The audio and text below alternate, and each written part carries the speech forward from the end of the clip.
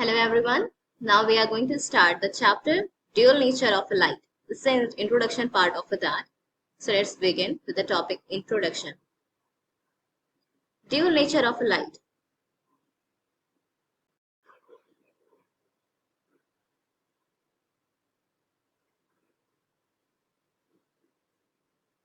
So the discovery of phenomena like interference, diffraction and polarization of a light established that a light is a form of wave nature.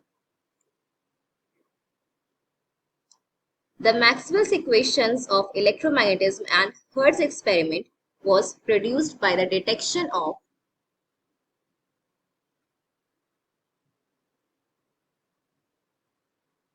light that it produces by electromagnetic wave.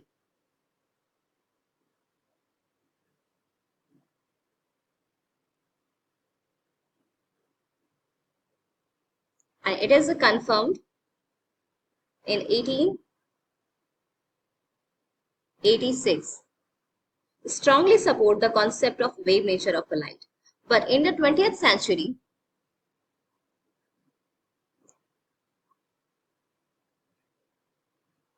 the discoveries of photoelectric effect by Hertz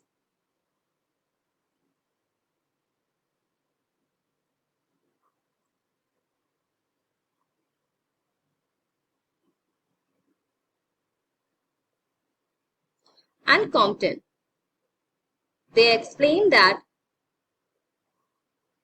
in the nature of a quantum theory of a light,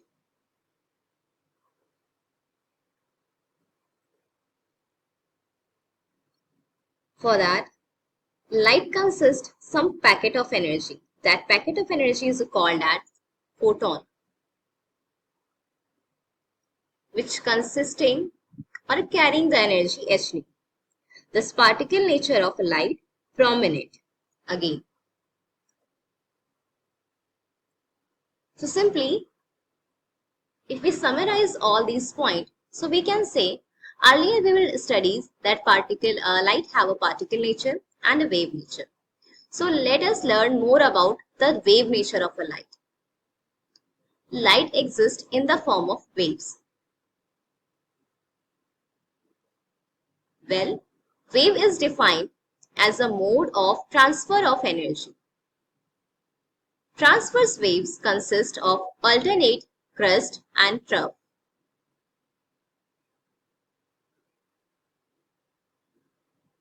The mean of crest is the maximum amplitude of the wave and trough is the minimum amplitude of the wave.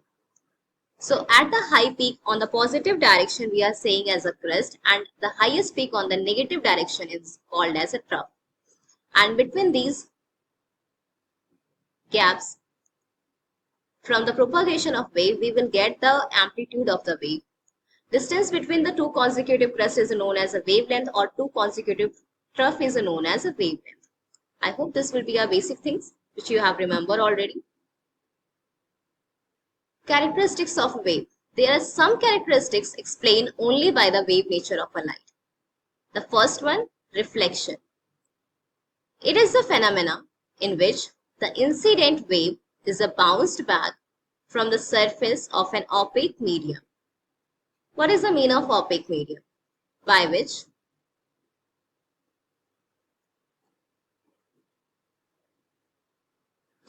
light can't pass.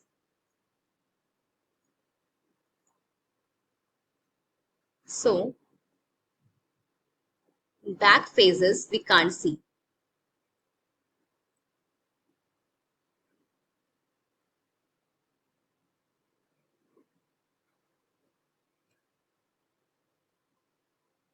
As we see, if the light ray is incident, at the point of incident, it will start to reflect it. If we draw a normal, so from this normal, incident ray makes an angle which we called as angle of incidence and it is represented by angle I. From the normal, when the light ray is reflected on the same medium, The angle between normal and reflected ray is known as angle of reflection, which is represented as angle R. The surface which we have taken, that is a smooth surface, which is a mirror. So mirror is a smooth surface.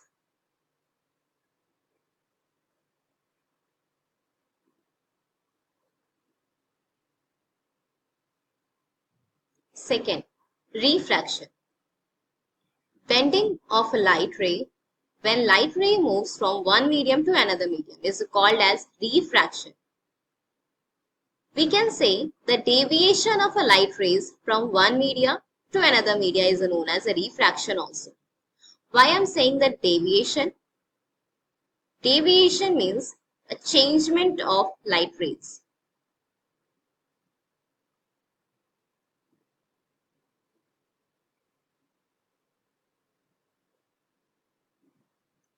Changement. By whom? Changement in the path of light rays. Or we can say, instead of path, trajectory of light rays. So if the light rays are deviated from its trajectory which they are originally following back, they are said to be as a refraction. As you can see here, the first medium which we have taken, this is a rare medium. What is the meaning of a rare medium, students? Rare medium. It is a medium where medium particles are farther away from each other. And the second medium which we have taken, that is a denser medium. The meaning of a denser medium is a medium where medium particles are closest to each other.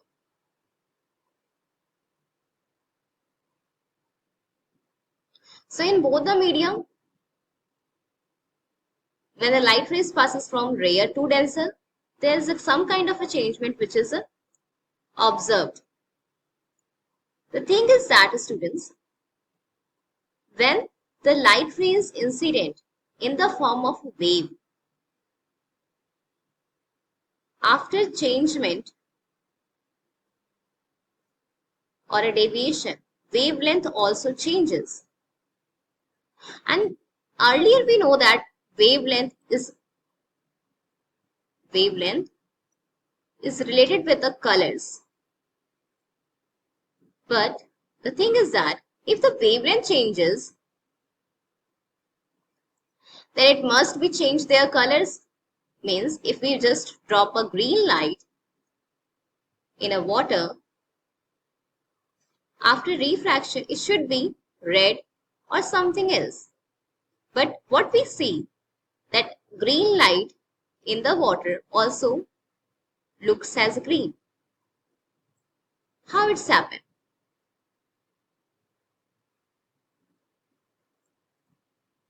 The reason is the color of a light rays are not depending on the wavelength only. Something is missing which we are not in this moment we are not studying. So later on we will discuss on that part also, that by whom factor, by which factor actually the color of a light rays depends. As you can see, students, if I just drop a piece of food in the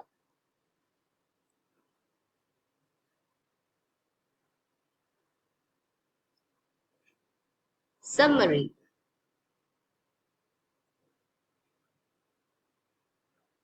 in the piece of food in the ocean sea or an ocean, the fish are thinking that the piece of thing is here because of this refraction phenomena. Third one is interference of a light rays. So earlier we studied the phenomena in which the superposition of two or more light rays happens.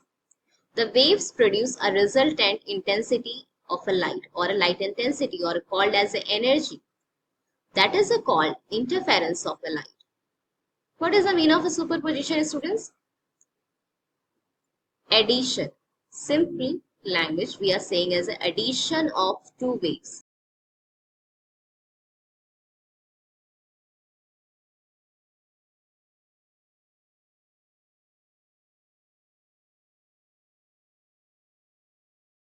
Or mix up or a mixing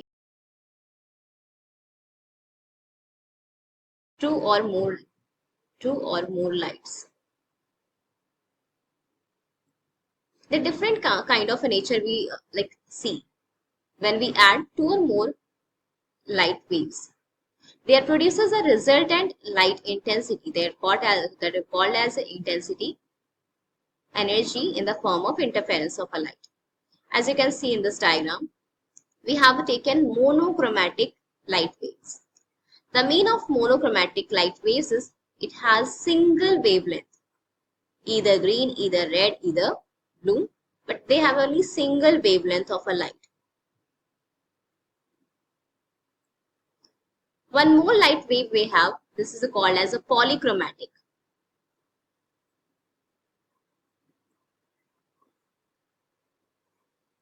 And our sunlight is a polychromatic light rays. We are saying that sun is a form of white light, but actually it is a mix-up of 7 colors. Because of that, we are seeing different kind of patterns in a wave view.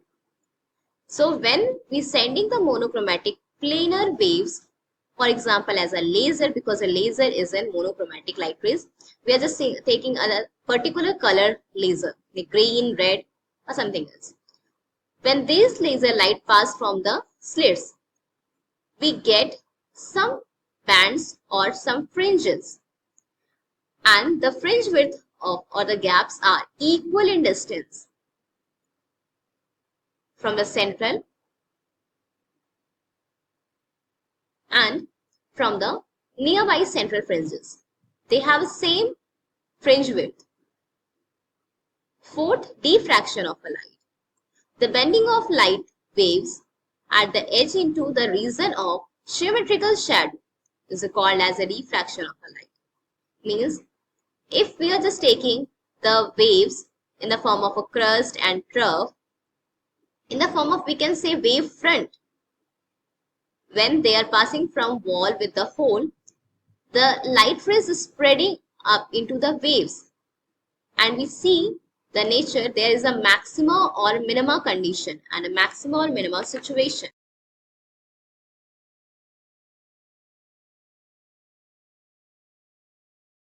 In the particle nature of a light, let's learn more about that which we earlier studied.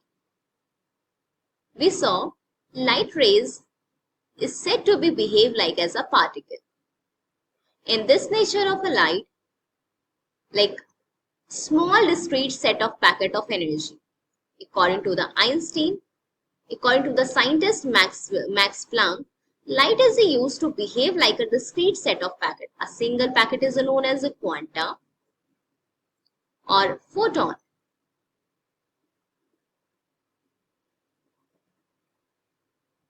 This is a photon. Photons are defined as a packets of energy. One main characteristic explained by the particle nature of a light, that is a photoelectric effect.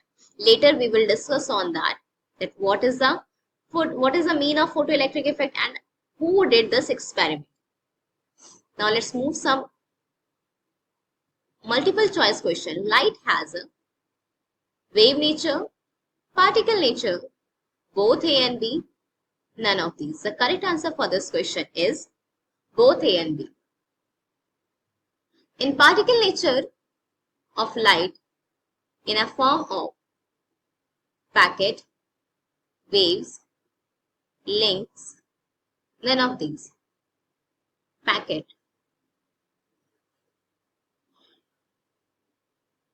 In particle nature of a light performs interference, diffraction, photoelectric effect, reflection. The correct answer is a photoelectric effect. Max Planck's quantum theory.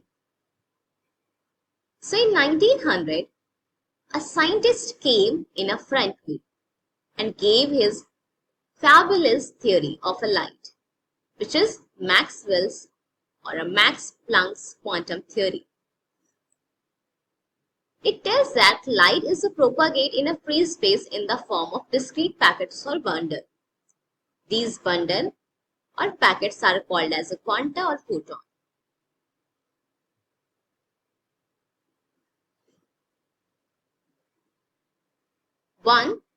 This packet of energy is known as a quanta or photon.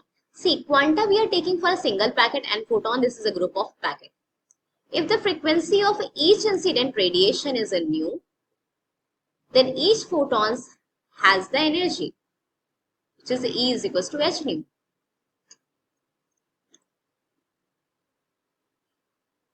Where h is equals to the Planck constant and h is equals to 6.634 10 to the power minus 34 joule second. These photons travel with the speed of a light, which is 3 10 to the power 8 meter per second. The properties of photons are each photon has energy E is equals to h nu. Speed of light c is equals to nu lambda.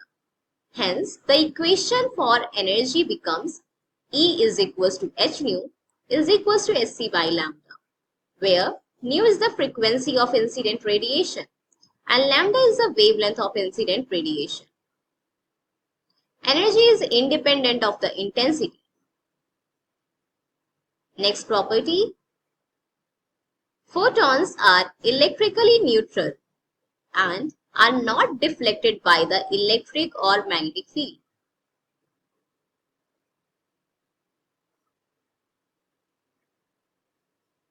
If I am supposing this is an electric field, it's a magnetic field. So as you can see, if we are just sending the light rays are not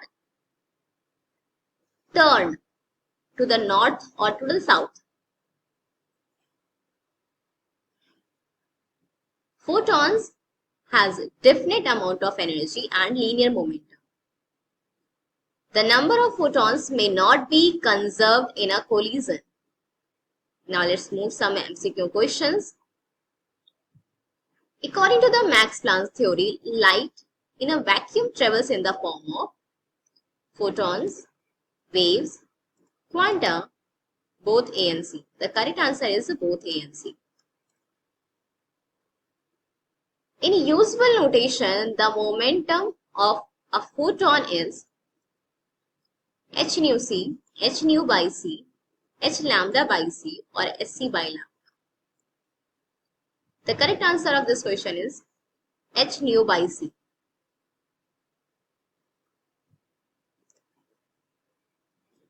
Let P and E denotes the linear momentum and energy of emitted photons respectively if the wavelength of incident radiation is increased.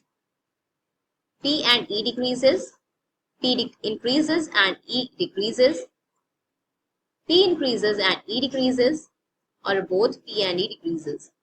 The correct answer for this question is P and E decreases.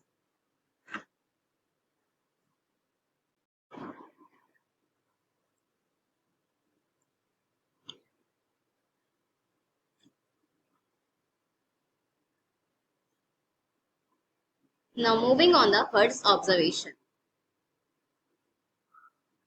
Heinrich Rudolf Hertz in 1857-94. He is a German physicist. During his experiment on electromagnetic waves, he observed that spark gap conduct electricity more easily when illuminated by UV light. That is, electric spark were generated in a spark gap. That is, electrons were generated. The electrons which are generated were used to known as negatively charged particle that time. Now they are known as electrons later on.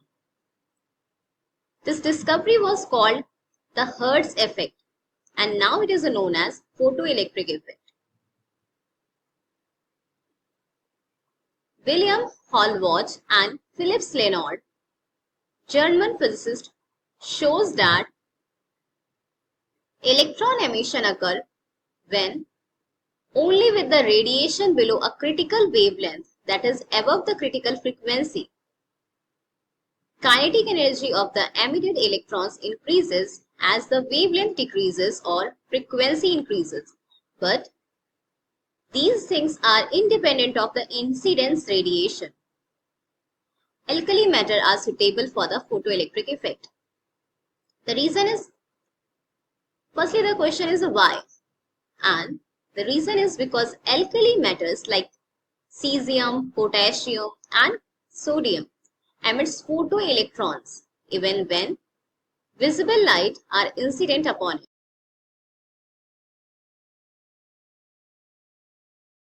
Now let's move some questions.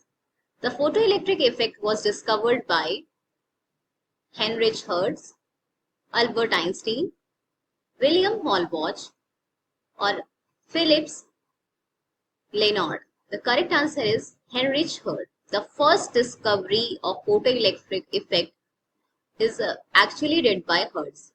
So what Einstein did? Einstein gave the equation for photoelectric effect. William Hallwach and Philip Leonard investigate the kinetic energy does not depend on what? Frequency, wavelength, intensity, or none of these. The correct answer for this question is intensity. Students, this is all about for the today's class. I hope you like the session. Thank you for watching this video.